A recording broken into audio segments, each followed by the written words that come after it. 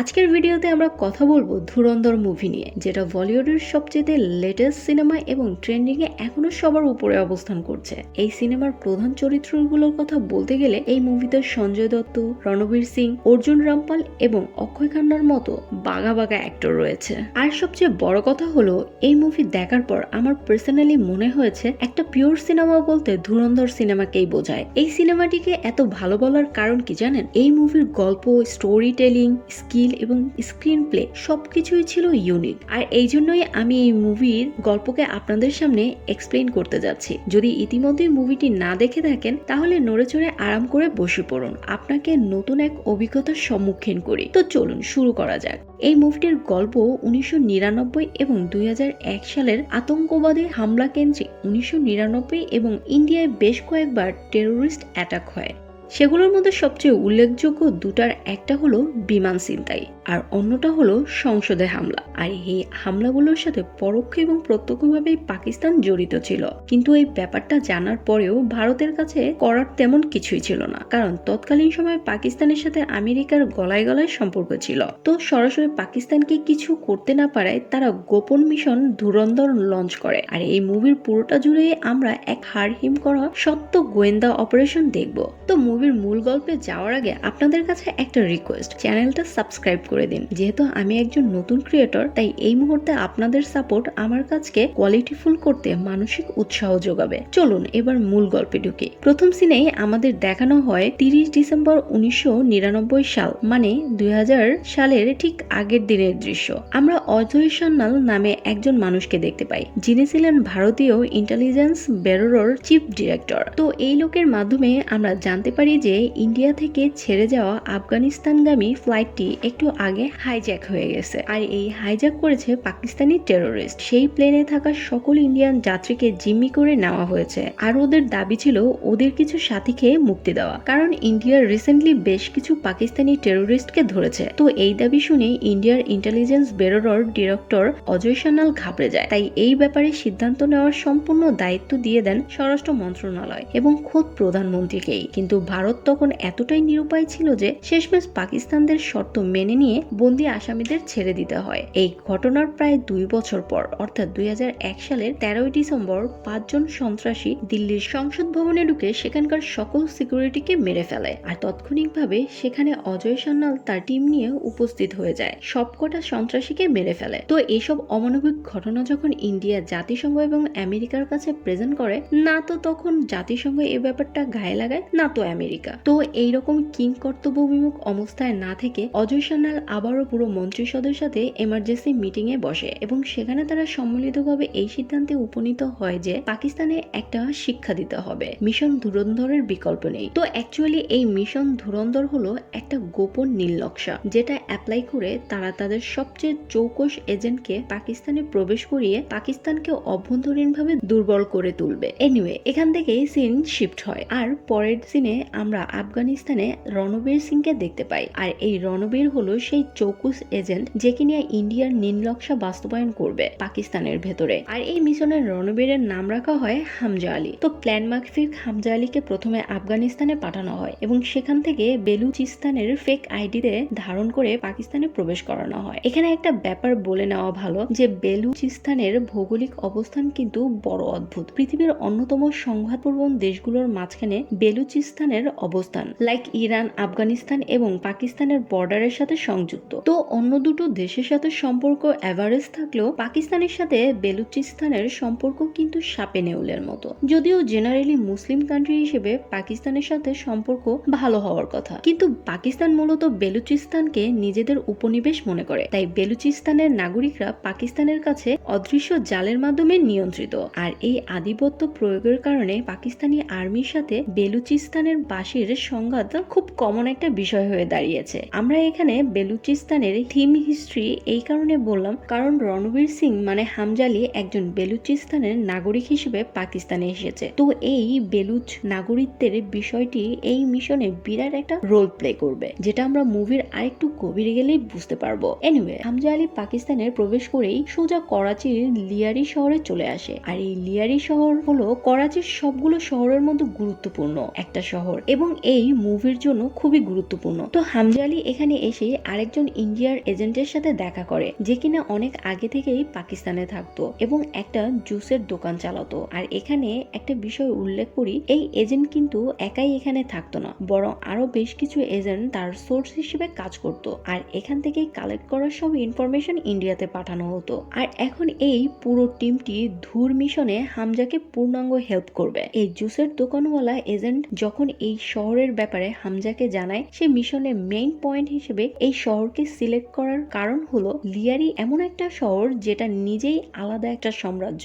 আর এজন্যই যেই লিয়ারি কন্ট্রোল করে সেই করাচি কন্ট্রোল করে। করাচি কন্ট্রোল মানে পুরো পাকিস্তানের উপর কন্ট্রোল। তিনি আরো জানান যে লিয়ারি শহরকে কন্ট্রোল করে তিনজন গডফাদার, আর তারা হলেন আরশাদ বাবু, বাবু ডাকে, রেহমান ডাকে মানে অক্ষয় খান্নাল। তো উর্দুতে ডাকাত শব্দটাকে কিন্তু তারা ডাকে বলে। এনিওয়ে, এই তিনজন ডনের মধ্যে সবচেয়ে গুরুত্বপূর্ণ হলো রেহমান ডাকাত। তাই রেহমান ডাকাতের ব্যাপারে একটু বিস্তারিত জেনে নেওয়া যাক। রেহমান ডাকাত হলো বেলুচিস্তানের জন্মগ্রহণ করা ব্যক্তি, আর এই জন্য রেহমান বেলুচিস্তান বাসীদের মনে প্রাণে ভালোবাসে এবং সবসময় তাদের ইনসাফ নিয়ে কথা বলে। এই রেহমান ডাকাত কিন্তু আবার বাবু ডাকাতের অবৈধ সন্তান। আর বড় হয়ে যখন রেহমান এই ব্যাপারটা জানতে পারে, তখন সে তার মাকেই মেরে ফেলে। আর এই রেহমান ডাকাত তখন থেকে নিজেকে এতটাই সমৃদ্ধ শক্তিশালী করে ফেলে যে লিয়ারি শহরের 1/3 সে একাই দখল করে রেখেছে, আর বাকি অংশগুলো রয়েছে বাবু ডাকাত আর আরশাদ বাপুরের দখলে। তো রেহমান ডাকাতের কম্পিটিটর হিসেবে আবার আরশাদ বাপু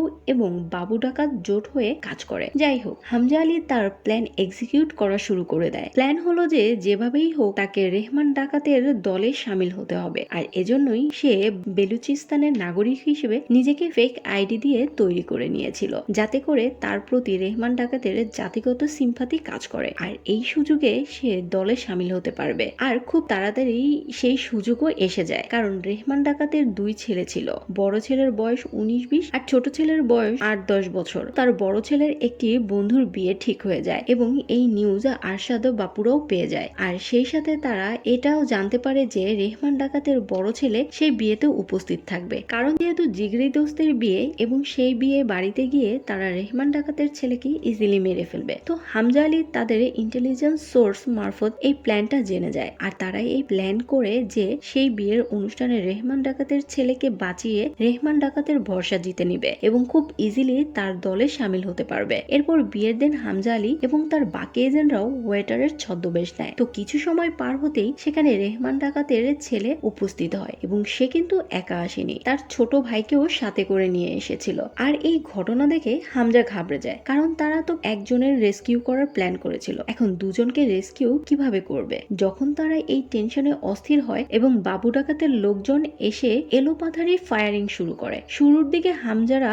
ভালোই করলেও তাদের এগ্রেসিভ আক্রমণের ফলে তারা বেসামাল হয়ে পড়ে। আর এই সুযোগে আরশাদ বাবু এবং বাবু ডাকাতের লোকেরা রেহমান ডাকাতের ছেলেকে ফায়ার করে ঝাঁঝরা করে দেয়। আকস্মিক এই ঘটনা হামজা আলী টোটালি আপসেট হয়ে যায়, কারণ তার প্ল্যান তো ছিল সে রেহমান ডাকাতের বড় ছেলেকে বাঁচিয়ে ভরসা জেতা। এনিওয়ে, সবকিছু শেষ যেন হামজা আশা ছাড়েনি এবং নিজেদের সবটুকু শক্তি দিয়ে লড়াই করে তারা রেহমানের ছোট ছেলেকে বাঁচাতে সক্ষম হয়। আর এতগুলো গুলি লাগার পরেও তারা রেহমানের বড় ছেলেকে হসপিটালে নিয়ে গিয়ে বাঁচানোর চেষ্টা করে, কিন্তু ডাক্তার তাকে মৃত ঘোষণা করে। ওইদিকে রেহমান ডাকাত এই নিউজ শোনা মাত্রই হসপিটালে চলে আসে আর তার ছোট ছেলেকে জিজ্ঞাসা করে অ্যাকচুয়ালি তাদের সাথে কি ঘটেছিল। সেখানে তখন তার ছেলে সম্পূর্ণ ঘটনাটি খুলে বলে, আর এও বলে যে হামজা তাদের বাঁচানোর জন্য আপ্রাণ চেষ্টা করেছিল। সব শুনে রেহমান হামজার কাছে গিয়ে বলে, কে ভাই তুমি, ফেরেশতাদের মতো এসে আমার বংশের প্রদীপদের পাশে দাঁড়িয়েছ। তখন হামজা জানায় সেও একজন বেলুচিস্তানের মানুষ এবং তিনি তার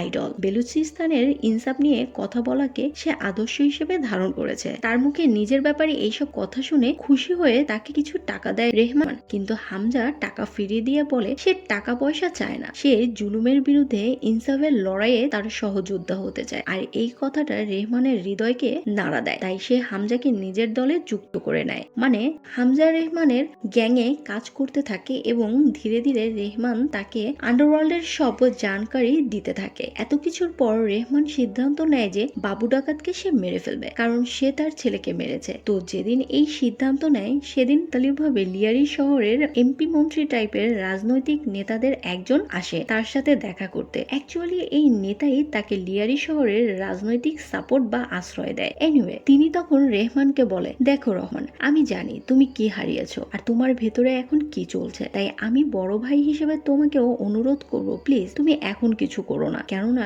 সামনে আমাদের ইলেকশন, জনগণ জানে যে আমি তোমাকে কতটা ভালোবাসি, তাই তুমি এখন খারাপ কিছু করলে সেটার পার্শ্বপ্রতিক্রিয়া আমার উপর এসে পড়বে, ইভেন আমার দলের ইমেজও কালি পড়বে। তাই রেহমান ওনার অনুরোধের সম্মান রাখে, কিন্তু ভেতরে ভেতরে সে প্রতি মুহূর্তে পুড়তে থাকে। সন্তান হারানোর যন্ত্রণা কেমন সেটা অনুভব করার কল্পনাও করতে চায় না কোনো বাবা মা। যাই হোক, এই মানসিক ট্রমা একসময় রেহমানের কাছে অসহ্য হয়ে ওঠে, তাই সে তার গ্যাংয়ের সবাইকে জিজ্ঞাসা করে যে তার এখন কি করা উচিত। তখন সবাই তার গ্যাংয়ের অস্তিত্ব টিকিয়ে রাখার কথা চিন্তা করে তাকে চুপ থাকতে বলে, কিন্তু হামজা আলীকে এই ব্যাপারে জিজ্ঞেস করলে সে সম্পূর্ণ ভিন্ন উত্তর দেয়। সে বলে, আমি যদি আপনার জায়গায় হতাম তাহলে সন্তানের বদলা নেওয়াটাকেই ঊর্ধ্বে রাখতাম। অ্যাকচুয়ালি বাবু ডাকাত এই সবকিছু প্ল্যান করেছে, কারণ সে ভালোভাবেই জানতো যে ইলেকশনের আগে আপনার পরিবারের ক্ষতি করলে আপনি ইলেকশনের কথা চিন্তা করে বদলা না নিয়ে চুপ করে থাকবেন। তাই আমার ওপিনিয়ন হচ্ছে, আপনি যদি এরকম চুপ করে থাকেন তাহলে সেটা হবে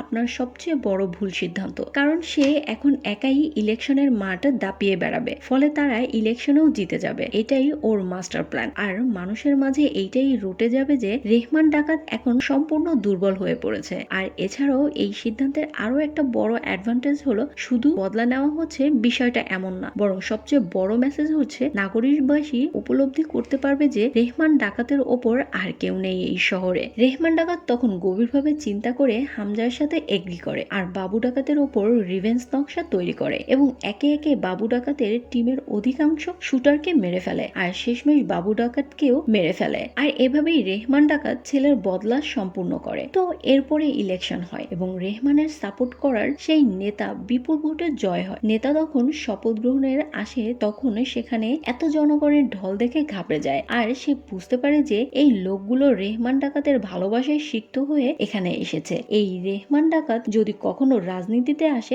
এক মুহূর্তেই তার গদি হারিয়ে যাবে রেহমানের জনসমর্থে। আর অন্যভাবে বলতে গেলে বাবু ডাকাতকে মারার পর আরশাদ বাপু মেরুদণ্ডহীন হয়ে পড়েছে, তাই পুরো আন্ডারওয়ার্ল্ডের এখন একচ্ছত্র আধিপত্য।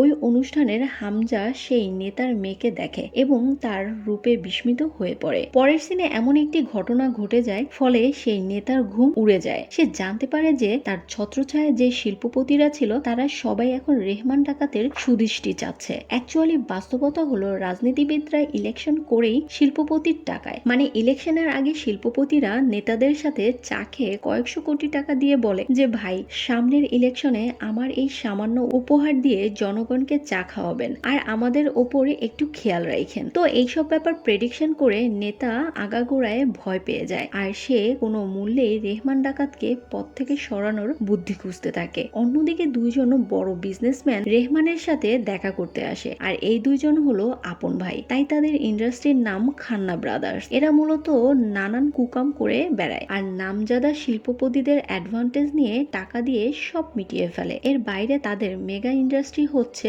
জাল ইন্ডিয়ার টাকা ছাপানো এবং স্মাগলিং করে সেগুলো ইন্ডিয়ার ভেতরে ছড়িয়ে দেওয়া। এনিওয়ে, হামজা কিন্তু এখানে যতগুলো ইনফরমেশন পায় সেগুলো ইন্ডিয়াতে পাঠিয়ে দেয়। আর তার সর্বশেষ পাওয়া সব থেকে বড় ইনফরমেশন হলো যে পাকিস্তানের দুই ভাই ওদের শিল্পের আড়ালে ইন্ডিয়ায় জাল টাকা বানিয়ে সেই টাকা ইন্ডিয়ায় ঢুকিয়ে ইন্ডিয়ায় মুদ্রাস্ফীতি ঘটাচ্ছে, যাতে করে ইন্ডিয়ার অর্থনৈতিক কাঠামো ভেঙে পড়ে। এর পরের সিনে আমরা দেখতে পাই রেহমান তার সকল কাছের লোকজনদের নিয়ে একটি জায়গায় এসেছে সেই দুই ভাইয়ের সাথে গোপন ডিল করতে। তো এখানে তারা রেহমানকে পরিচয় করায় একজন সিনিয়র ISI এজেন্টের সাথে, তার নাম মেজর ইকবাল। আর এই ইকবালের ক্যারেক্টারে ছিল কিংবদন্তি অ্যাক্টর অর্জুন রামপাল। মেজর ইকবাল তখন রেহমানকে জানায় যে তার বেশ কিছু অস্ত্র লাগবে, আমেরিকান মেড আর রাশিয়ান মেড। তো এখানে আপনাদের মনে প্রশ্ন জাগতে পারে যে ISI এর এজেন্ট হয়েও একটা চোরা কারবারির কাছে অস্ত্র কিনতে চাচ্ছে কেন? আসলে কোনো দেশের গোয়েন্দা সংস্থাই চায় না যে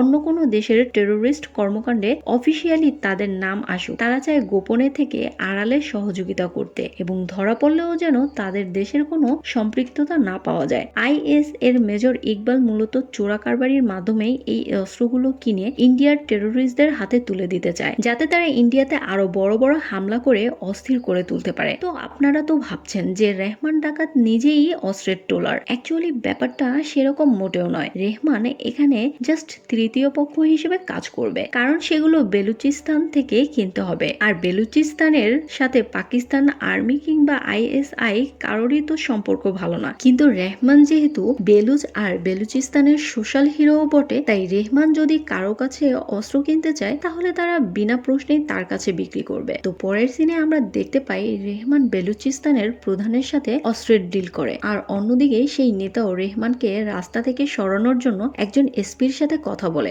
যার নাম এসপি চৌধুরী আসলাম। আসলে এই এসপি অনেক বছর আগেই লিয়ারি শহরে পোস্টিং ছিল, আর এই নেতাই তাকে ট্রান্সফার করে অন্য জায়গায় পাঠিয়ে দিয়েছিল, কারণ এসপি চৌধুরী একজন সাহসী এবং সৎ অফিসার। সে রীতিমতো লিয়ারিতে সব অপকর্মের বন্ধ করে দিয়েছিল। কিন্তু এবার এই নেতা নিজেই চায় যে রেহমান ডাকাতের গুন্ডামি এবং আধিপত্য অবসান ঘটাতে। তাই সে এসপি কে বলে, আমি তোমার পোস্টিং আবার লিয়ারিতে করিয়েছি, কারণ আমি চাই তুমি আগের বারের অসম্পূর্ণ কাজটি সম্পূর্ণ করো, মানে রেহমান ডাকাতকে এনকাউন্টার করে মেরে ফেলে লিয়ারি শান্তি ফিরিয়ে দাও। তখন এসপি চৌধুরী বলে যে আপনার প্ল্যানে কাজ করলে সেটা 100% বিফল হবে, কেননা লিয়ারিতে যত পুলিশ অফিসার আছে সবাই রেহমানের কাজ করে, তাই তাদেরকে নিয়ে এনকাউন্টারের প্ল্যান করলে তারা আমাকেই এনকাউন্টার করে ফেলবে। সেই জন্য আমি চাই গোপনে থেকে এই মিশনটা সাকসেস করতে, অর্থাৎ আমার টিমের অফিসার গুলোকে আমি পার্সোনালি সিলেক্ট করব, এই লিয়ারিতে একটা গোপন অফিস করব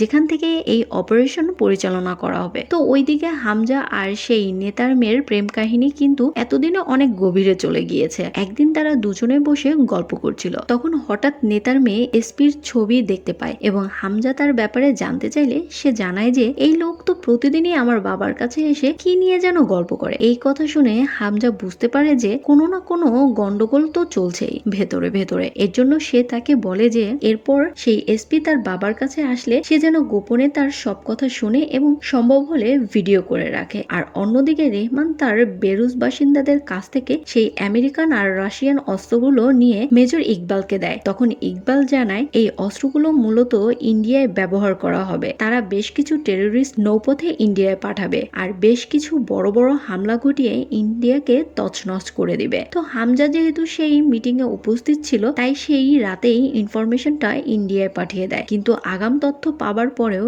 ইন্ডিয়া সেই হামলাগুলোকে ঠেকাতে পারে না। ওইদিকে সেই নেতা এসপি চৌধুরীকে দিয়ে তাদের রেহমানকে এনকাউন্টার করার প্ল্যান গুলো অ্যাপ্লাই করা শুরু করে। তারা প্রথমে রেহমানের বাড়ির খাস চাকরকে দিয়ে তার ছোট ছেলের খাবারে পয়জন মেশায়, যার ফলে সে অসুস্থ হয়ে গেলে রেহমান আর তার বোন তাড়াহুড়ো করে কোনো প্রকার সিকিউরিটি ছাড়াই হসপিটাল রওনা দেয়। আর পথেই তারা এসপি চৌধুরীর ব্যারিকেডের মুখে পড়ে যায়। তখন এসপি চৌধুরী তাকে গাড়িতে বসিয়ে থানার উদ্দেশ্যে যেতে শুরু করে। অ্যাকচুয়ালি এসপির প্ল্যান হলো একটা নির্জন জায়গায় নিয়ে তাকে এনকাউন্টার করে দেবে এবং বয়ান হিসেবে এটাই বলবে যে গ্রেফতার করে নিয়ে আসার সময় রেহমান পালানোর চেষ্টা করলে দুপক্ষের মধ্যে মারাত্মক গোলাগুলি হয় এবং রেহমান মারা পড়ে। সেখানে একটি মাস্টার প্ল্যান কাজে লাগায়। সে নেতার মেয়েকে তৎক্ষণাৎ তার কাছে নিয়ে আসে এবং তার ফোনে একটা ভিডিও করে নেতাকে পাঠিয়ে দিয়ে বলে যে তার মেয়ে এই মুহূর্তে আমার জিম্মায়, তাই যদি মেয়েকে বাঁচাতে চাস তাহলে রেহমানকে এখনই ছেড়ে দে। হামজা আরো বলে যে শুধু তোর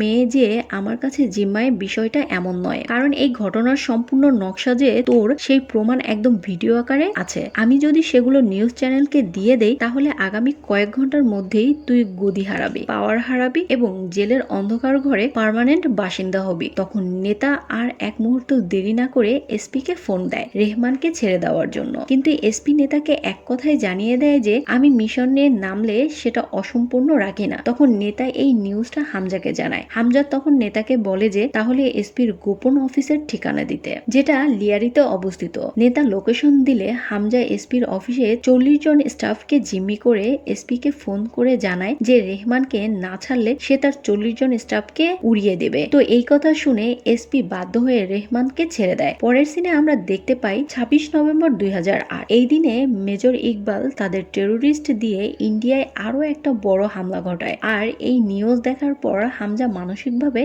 একদমই ভেঙে পড়ে, কারণ এই ঘটনাগুলো ঘটার নিউজ তো আগে থেকেই হামজা ইন্ডিয়াতে পাঠিয়ে দিত। তবুও তারা এই হামলাগুলো ঠেকাতে পারছে না। শেষমেশ হামজা ইন্ডিয়ার ইন্টেলিজেন্স এর ওপরে আর ভরসা না করে নিজেই এই সমস্যার সমাধান টানার সিদ্ধান্ত নেয়। সে প্ল্যান করে রেহমান ডাকাতকে পদ থেকে সরিয়ে দিয়ে সে নিজেই লিয়ারি, করাচি, ইভেন পাকিস্তানের আন্ডারওয়ার্ল্ড দখল করে নেবে, কারণ টেরোরিস্ট সম্পূর্ণ আন্ডারওয়ার্ল্ডে নিয়ন্ত্রিত। তাই সে সরকারিভাবে সেই নেতার কাছে গিয়ে বলে যে আমি জানি আপনি রেহমান ডাকাতকে সরিয়ে দিতে চান, আর এটা আমিও চাই, কারণ আমার লিয়ারি দখল লাগবে। আর সবচেয়ে বড় কথা, আপনার মেয়ে আমাকে ভালোবাসে, তাই টুডে অর টুমোরো আমি আপনার জামাই। এজন্য যদি লিয়ারি কন্ট্রোল পাই সেটা আপনার অর্জনই হবে, কেননা আমরা তখন একই পরিবারের মানুষ হব। এই প্রপোজাল তার খুব পছন্দ হয়, তাই সে পরের দিনই হামজা আর তার মেয়ের বিয়ে দিয়ে দেয় এবং এসপি কে সাথে নিয়ে হামজার সাথে প্ল্যান করে রেহমান ডাকাতকে সরানোর। ওইদিকে মেজর ইকবাল রেহমানের কাছে আর্জেন্ট আরো কিছু অস্ত্র চায়, তাই রেহমানও অল্প সময়ের মধ্যে সেগুলো জোগাড় করে। কিন্তু যেই দিন সেগুলো ডেলিভারি দিবে সেদিন রেহমানকে যেতে হয় আরেকটা ক্যানেলের ড্যাম উদ্বোধনের জন্য। এজন্য রেহমান অস্ত্রের ডেলিভারিতে তার অধিকাংশ দলবল পাঠায় আর হামজাকে নিয়ে সেই উদ্বোধনী অনুষ্ঠানে যায়। তো হামজা কিন্তু এসপির সাথে আগেই ফাটটা সাজিয়ে রেখেছিল। যাই হোক, রেহমানকে নিয়ে অনুষ্ঠানের উদ্দেশ্যে রওনা দেয়, কিন্তু আশ্চর্য ব্যাপার হলো যেই রাস্তাটা দিয়ে যাওয়ার কথা সেটা দিয়ে না গিয়ে একটা নির্জন রাস্তা দিয়ে যাওয়া শুরু করলে হামজার উপর সন্দেহ হয় রেহমান, তাই সে হামজার উপরও অতর্কিত হামলা করে এবং হঠাৎ করেই হামলায় সে গাড়ির কন্ট্রোল হারিয়ে একটা গাছে লাগিয়ে দেয় আর গাড়ি থেকে নেমে পালাতে শুরু করে। তখন রেহমানও তার পিছনে ধাওয়া করতে শুরু করে। এই মুহূর্তেই সেখানে এসপি চলে আসে এবং রেহমানের পেছনে ধাওয়া করতে শুরু করে, মানে হামজার পেছনে রেহমান আর রেহমানের পেছনে এসপি। তো ধাওয়ার এক পর্যায়ে এসপি হামজা রেহমানের মুখোমুখি হয়ে পড়ে আর হামজার সাথে এসপি জোর হয়ে রেহমানকে মারতে শুরু করে। একসময় এসপি রেহমানের গলায় গুলি করে দেয় এবং এখানেই একটি ফ্ল্যাশব্যাক দেখানো হয়। মানে এসপির সাথে হামজার ডিল হয়েছিল যে এসপি রেহমান ডাকাত এমন জায়গায় গুলি করবে যেন গুলি খাওয়ার পরেও সে মিনিমাম আধা ঘন্টা জীবিত থাকে। গুলি খাওয়ার পর হামজা রেহমান ডাকাত একটা রিস্কায় উঠে এবং এমন একটা ভাব করে যে রেহমানকে বাঁচানোর আপ্রাণ চেষ্টা করছে, আর সেই সাথে গ্যাং এবং সবাইকে জানায় যে এসপি চৌধুরী রেহমান ভাইকে গুলি করেছে এবং সে তাকে নিয়ে হসপিটালে যাচ্ছে। কিন্তু হসপিটালে পৌঁছানোর আগেই রেহমানের প্রাণ চলে যায়। আর এইভাবেই হামজার প্ল্যান কামিয়াব হয়, কারণ তৎক্ষণে সব টিভি চ্যানেলে এটা দেখানো হয় যে এসপি চৌধুরী রেহমানকে গুলি করেছে আর হামজা জীবন বাজি রেখে তাকে বাঁচানোর চেষ্টা করেছে। ফলস্বরূপ লিয়ারি মানুষ হামজাকে হিরো মানতে শুরু করে আর এভাবেই মুভির এন্ডিং হয়। আর লাস্ট সিনে আমাদের হামজার আসল পরিচয়টা দেওয়া হয়। হামজা মূলত একজন মৃত্যুদণ্ড পাওয়া কয়েদি এবং তার পরিবারে কেউই জীবিত ছিল না, তাই ইন্ডিয়ার ইন্টেলিজেন্স বিউরোর চিফ ডিরেক্টর অজয় সান্যাল তাকে অফার করে দেশের হয়ে কাজ করার। তারপর তারা তাকে ট্রেন করে অপারেশনে পাঠায়। অ্যাকচুয়ালি এই মুভির প্রিশুট করাই আছে, কিন্তু টোটাল এডিটের পর সেটা 5 ঘন্টার কাছাকাছি হয়ে যায়, তাই অর্ধেক রিলিজ হয়ে যায়। তো বন্ধুরা, আজকের আমাদের গল্পটি তোমাদের কেমন লাগলো অবশ্যই কমেন্ট করে জানাবে। সেই সাথে আবারও তোমাদেরকে মনে করিয়ে দিচ্ছি আমাদের এই নতুন চ্যানেলে সাবস্ক্রাইব করতে ভুলবে না। তো আজকের মতো টাটা।